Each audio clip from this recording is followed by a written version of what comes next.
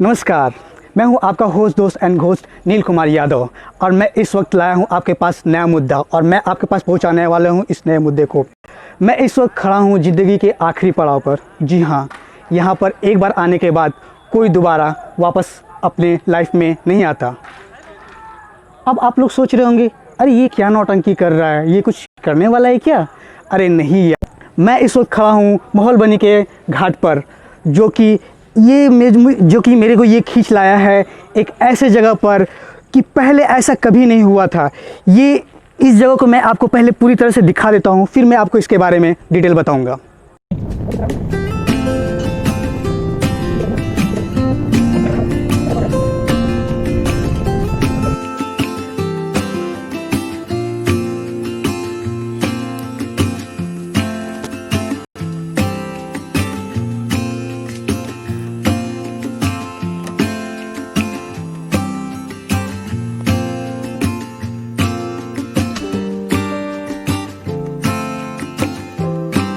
तो चलिए शुरू करते हैं। ये इससे पहले 1 साल पहले, 8 महीने से 1 साल पहले ये जगह, मतलब इतनी गंदगी इस जगह फैली हुई थी ना कि कोई भी यहाँ आना नहीं चाहता था। सिर्फ और सिर्फ यहाँ पर लोग, वो जो 4 कंधे वाले आते नहीं है, वो लोग 4 कंधे वाले, बस वो और उनके साथ जो पीछे बाराती आती थी, वही लोग सिर्फ आते थे। और अभी यहाँ पता है कौन कौन आते हैं? जी हाँ, वही पार्क वाले लोग आते हैं। तो आप समझ जाइए, समझदार हैं आप लोग। वो लोग भी कभी कभी घूमने आते हैं यहाँ पर। आज मुझे इस जगह पर आने के बाद मुझे ये एहसास होता है कि हमने, या हमारे पापा या हमारे माँ बाप या हमारे जितने भी लोग हैं जो कि सरकारी या किसी तरह से भी किसी तरह का बिजनेस या कुछ भी काम करते हैं और वो अपना टैक्स पे करते हैं, यहाँ आने के बाद मुझे ऐसा लगा कि हमारे पैसे का बहुत ही सही इस्तेमाल हुआ है। जी हाँ, यहाँ पर आने के बाद आपको सच में स्वर्ग की अनुभूति होगी। और ये अनुभूति हम लोगों ने करवाया है, उन लोगों ने नहीं जिनके चरण कमलों द्वारा, ये समझ रहे हो ना, चरण कमलों द्वारा उद्घाटन किया गया, वो लोग नहीं है। हमारा पैसा ये सब हमने करवाया हुआ है। हमने पैसे उन्हें निकाल कर दिए हैं अपने जेब से। और भैया, मृत्यु तो अटल सत्य है, ये सभी जानते हैं। अब मृत्यु के बाद क्या होता है ना, लोग यमराज के पास जाते हैं ना, तो यमराज तराजू में तौलता है उन्हें, उनकी अच्छाई बुराई को तौलता है। और अच्छाई बुराई तौलने के बाद वही कढ़ाई वाला गरम गरम तेल में, हाँ वही वाला।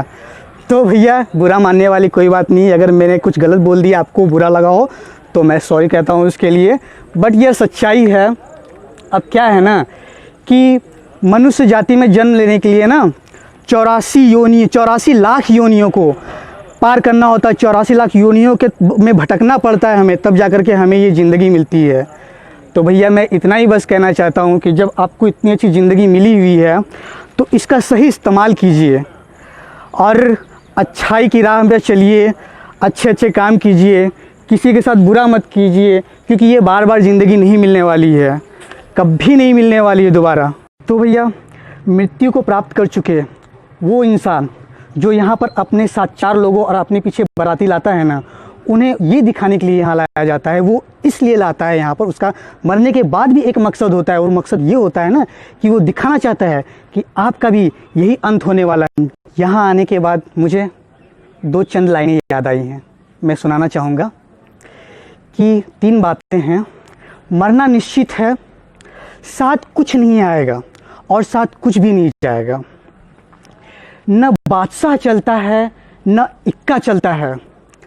यह खेल कर्मों का है, यहाँ सिर्फ कर्मों का ही खेल है, सिक्का सिर्फ कर्मों का ही चलता है। 4 दिन की चांदनी, फिर अंधेरी रात। जी, 4 दिन की चांदनी से मतलब है जीवन की 4 अवस्थाएं होती हैं: बाल्यावस्था, किशोरावस्था, युवावस्था और वृद्धावस्था। और ये किसी को नहीं पता कि कौन कब जाएगा। कभी भी जा सकता है, कभी भी किसी का दिन आ सकता है, माफ़ कीजिएगा, बट ये सत्य है। क्योंकि पहले के लोग जीते थे 100 साल, 110, 120, 150 साल, लेकिन अभी के समय में ये ऐसा हो गया है ना, अभी का कलयुग ऐसा हो गया है ना कि लोगों का आयु ना 15, 20, 30, 40, 50, 60, मैक्सिमम 60, 70, इससे ज़्यादा होता ही नहीं है। ख़त्म, कोई तो बस मतलब कि कैसे समझ में नहीं आता। ये बहुत ही दुखद बात है अभी के समय में।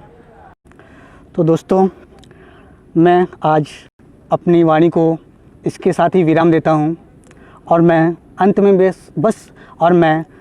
बस इतना ही कहना चाहता हूँ कि मृत्यु ही अटल सत्य है, चाहे कोई कितना भी धनवान और कोई कितना भी गरीब क्यों ना हो। ये सिर्फ़ और सिर्फ गरीबों के लिए नहीं है, जिनके पास पैसा हो उनको भी यही आना है और जिनके पास नहीं हो उनको भी यही आना है। चार कंधे ज़िंदगी में सबको मिलेंगे, चाहे कितना भी बड़ा धनवान क्यों नहीं हो और चाहे कितना भी गरीब क्यों ना हो वो। तो धन्यवाद। मैं फिर मिलता हूँ आपको फिर नए मुद्दे के साथ। तब तक के लिए जय हिंद।